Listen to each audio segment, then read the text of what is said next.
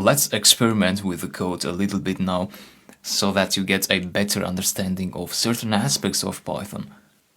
I want to focus here on the for loop. The for loop iterates over the to-dos lists and accesses the index and the item in each iteration. It constructs a string and it prints out that string in each iteration. Now, if I press enter here and then I press backspace to go one indentation level back at this point, same level with the for loop, and if I say print index comma item, what do you think we're going to get? And also I'd like to print out hello before that. So let's see. I'm going to run this, add a to-do, clean the keyboard because it has to be clean sometimes, add a new one, the monitor as well, and a third one, add buy grocery. Press enter, press show, and let's look at the output. So perhaps you guessed what we're gonna get. So we get clean the keyboard, clean the monitor, buy grocery.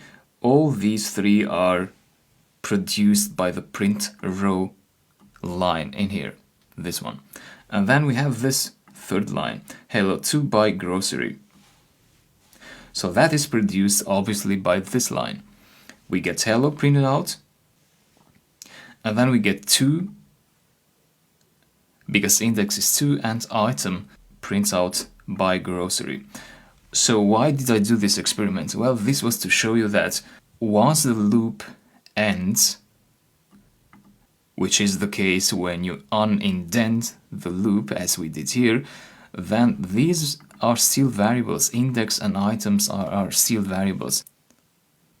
And index has as a value the last index in the for loop, and the same goes for item. Item, the variable, will also have as value the last item of the list.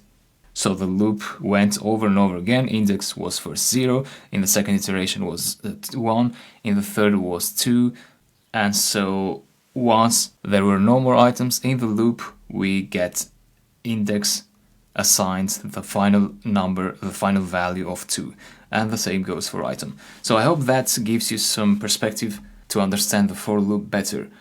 The index particularly could be used if you want to calculate the length of the list.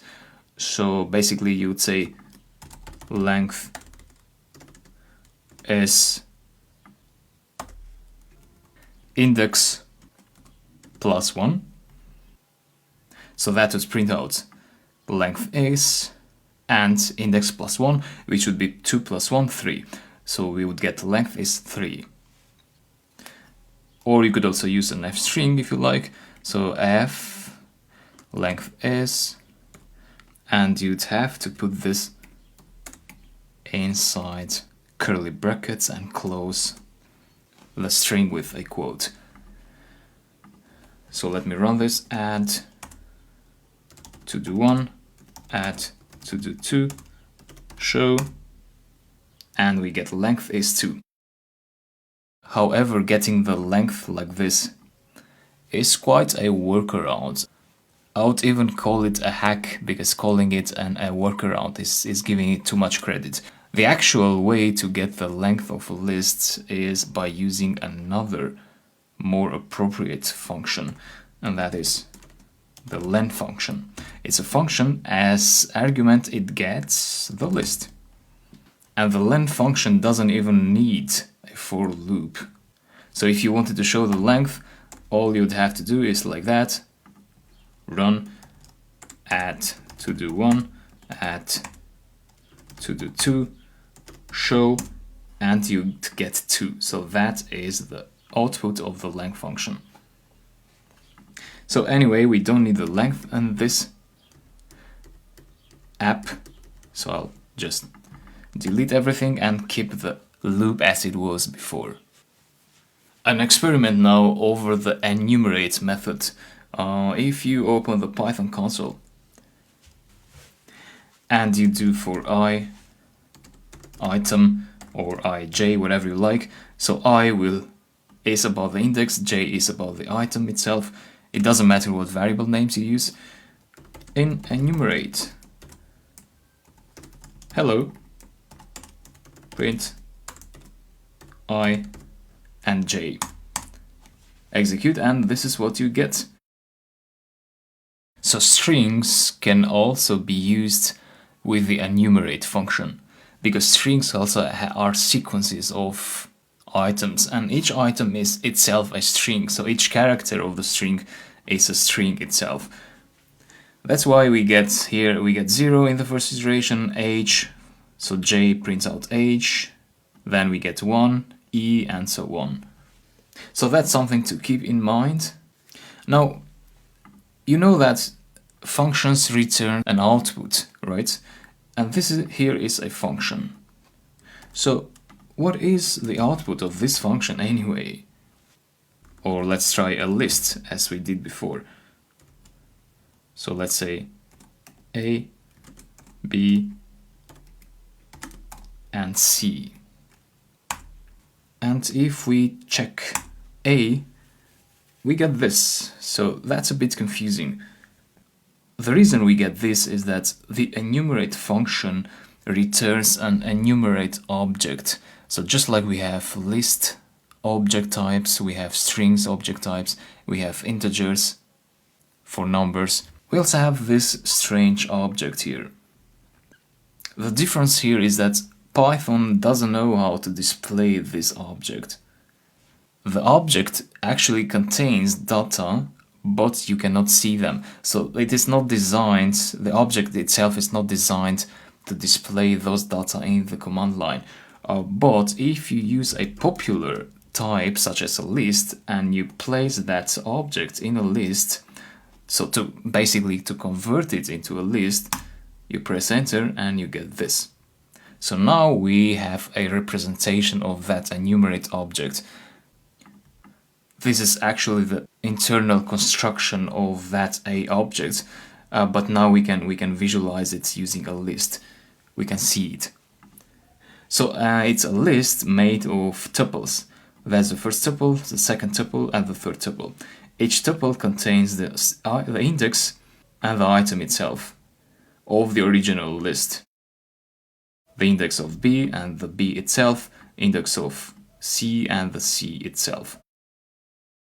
So actually when we do for ij or for I item, whatever you'll call them, in enumerate, and you have that list here, ABC, what you're actually doing is you're doing this.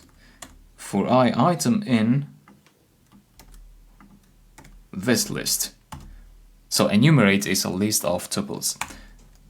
And you say print I item, press enter, enter, and we get this. So actually I is getting the first item of the first tuple, and then item is getting the second item of that first tuple, and we print them out here, and we do the same for the other tuples. So that's about the enumerate object. Of course you can do the same with a string, so hello, and you can convert it into a list. Sorry, I did a typo here. Enumerate. So B is an enumerate object, we can convert it into a list. And now we see that same construction. However, if you're thinking of converting the B enumerate object into a string, you'll get a bit disappointed, because all this will do is just convert that representation to a string. You see it has quotes now. In other words, str doesn't do what you intend to do. It's actually useless here. It is useless because the anatomy of an enumerate object would not be able to represent using a string, because a string is just made of character of strings, and a list can be made, as you see, can be made of other tuples and other lists or other items, strings, numbers. That's why it is possible to convert enumerate into a list. And that was a series of experiments on the for loop and the enumerate object. Thanks a lot.